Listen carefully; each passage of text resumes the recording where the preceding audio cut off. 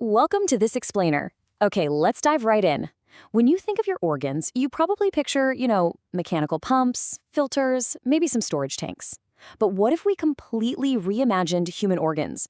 What if they aren't just physical entities, but dynamic, energetic, and even emotional centers? Today, we're going to describe Zang-Fu organ pathology in traditional Chinese medicine, or TCM.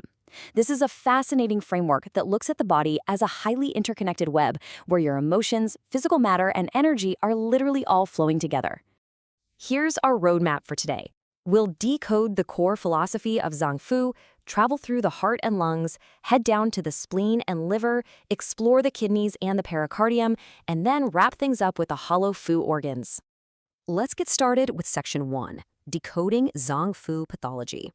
So, according to our source material, Zang-Fu organs are absolutely not just localized anatomical structures.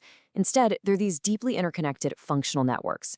When TCM mentions the spleen or the liver, it's actually talking about an entire system of energy, emotions, and physical processes all working in perfect tandem. And this brings us to the core premise of this whole framework. Disease doesn't just pop up out of nowhere because of a localized physical injury. No, it stems from systemic imbalances. Whether it's a disruption of qi, which is your vital energy, an issue with your blood or body fluids, or just a tipping of those yin and yang scales. Pathology happens when the whole system loses its equilibrium, and that disruption creates what TCM calls specific clinical syndromes. To really wrap our heads around these syndromes, we need to understand a couple of fundamental contrasts. First, we have the Zang organs, which are yin in nature. These are the solid vital organs that store up your energy. Then we have the Fu organs, which are yang. These are the hollow organs, and they're the ones responsible for actively processing your food and waste. Furthermore, imbalances generally fall into two main camps. Think of deficiency as a drained battery. You just don't have enough energy or fluid to function right. On the flip side, excess is like an overheated engine. There's just way too much heat, stagnation, or some pathogenic factor trapped inside the system. Moving right along to Section 2, the heart and lungs. Starting in the upper body cavity, a region known in TCM as the upper jiao, we find the vital processors of the chest. And the absolutely crucial point here is how heart imbalances uniquely bridge the physical with the profoundly emotional. Let's look at how this escalates, okay? A mild issue like heart blood deficiency doesn't just give you a pale tongue. It softly brings about things like insomnia, anxiety, and a really poor memory.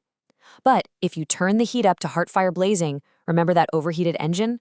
Suddenly you're dealing with acute restlessness, a red face, and super painful tongue ulcers. Then we hit a much graver condition, phlegm misting the heart. Now in TCM, phlegm isn't just that stuff in your throat.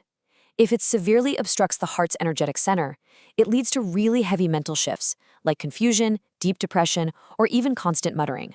Sitting right next to the heart are the lungs, and these are deeply tied to our interaction with the outside world. If you have lung qi deficiency, that drained battery feeling, you might notice a weak voice, shortness of breath, and you probably suffer from frequent colds because your defensive boundary is completely compromised. On the other hand, lung yin deficiency brings this structural dryness. It causes a dry cough and this really fascinating symptom called five-palm heat. That's a very specific heat you feel right in the palms of your hands, the soles of your feet, and the dead center of your chest. And on the excess side of things, you can quickly be overwhelmed by phlegm causing heavy congestion or environmental dryness invading to literally crack your skin and dry out your throat. Section 3, Spleen and Liver Syndromes. Moving down to the middle body cavity, the spleen acts as your primary metabolic engine. If spleen qi is deficient, you simply get a poor appetite and just feel fatigued. But let's see how this builds. If the spleen gets so incredibly weak that its qi sinks, it literally loses its upward holding power. And wow, that can actually lead to organ prolapses. It's also responsible for keeping blood in your vessels, so a failure there results in bleeding gums or uterine bleeding. And when the spleen fails to transform fluids, you get dampness. Imagine a deeply heavy, bloated, sluggish feeling. That profound physical heaviness and stickiness is exactly what dampness feels like in the body. Right next to the spleen is the liver, which is there to ensure the smooth flow of qi throughout your entire body. Honestly, think of liver qi stagnation like a massive traffic jam. When the energy gets blocked up, it causes physical distension and some pretty intense emotional mood swings. If that traffic jam sits there for too long, the friction generates heat, erupting into liver fire, bringing severe headaches, red eyes, and bursts of irritability. As it gets even more volatile, it becomes liver yang rising, shooting upward to cause tinnitus and hypertension. And at its absolute most extreme, it transforms into liver wind, violently manifesting as convulsions, tremors, and even a stroke. On to Section 4, Kidneys and the Pericardium.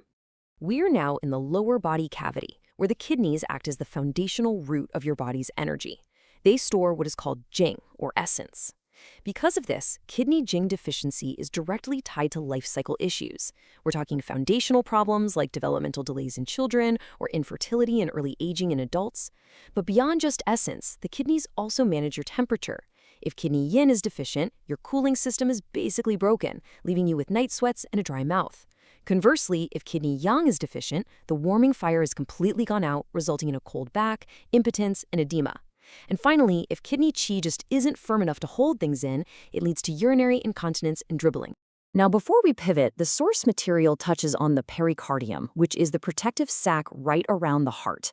Its pathology is pretty similar to the heart, but it takes the hit during severe acute febrile diseases. When intense heat invades this space, it completely bypasses normal physical symptoms and leads directly to acute mental disturbances. We're talking delirium, super high fevers, and incoherent speech. So this brings us to a really fascinating question. If the solid Zang organs we just covered are the ones safely storing our vital energy and managing our deep emotional states, how exactly does TCM view the organs that are constantly moving, actively processing our food, and getting rid of our waste? Let's find out in Section 5, the hollow Fu organs. Now for the active processors. The stomach is basically your body's cauldron, breaking down all that food. If there's stomach fire, you're going to get bad breath, gum swelling, and extreme thirst. If there's food retention, meaning the cauldron is backed up, you get bloating, foul breath, and some really sour reflux. Moving down to the small intestine, excess heat here can cause tongue ulcers and dark urine, which is actually often transferred down from the heart. And a severe condition called qi tide in the small intestine, that causes an acute twisting appendicitis-type lower abdominal pain that gets so much worse if you apply pressure. Then we have the large intestine and the gallbladder. Large intestine issues are primarily elimination problems, where dryness causes constipation and damp heat causes burning diarrhea with a foul odor. But the gallbladder? It holds a truly surprising connection. Yes, damped heat in the gallbladder causes physical symptoms like jaundice, a bitter taste in your mouth, and rib pain. But remember how TCM links the physical and the emotional? Well, a deficiency in gallbladder qi leads to a remarkably specific psychological symptom, profound indecisiveness and being easily startled. In this framework, your sheer ability to make choices is literally directly tied to the energy of your gallbladder. To conclude our anatomical tour, we have to look at the bladder, which handles fluid waste. Damp heat here means burning urgency, while deficiency and cold lead to frequent, clear urination. And here is where the Jiao system we've been mentioning throughout this whole journey finally comes together. The triple burner, or Sanjiao, is not a single anatomical organ. Instead, it's an overarching functional system divided into 3 distinct areas. You have the upper jiao regulating fluids via the lungs and heart, the middle jiao managing digestion via the spleen and stomach, and the lower jiao handling elimination. It acts as the ultimate master regulator of qi and fluids across your entire body. So, what's the big takeaway from all this? The Zang-Fu framework invites us to just stop looking at our bodies as a collection of isolated mechanical parts. It is a highly interconnected web, where a symptom in one place is very often the alarm bell for an imbalance somewhere completely different. It leaves us with a truly provocative thought. What if your next headache isn't just a problem in your head, but a fire starting in your liver? It entirely changes how you view your own health.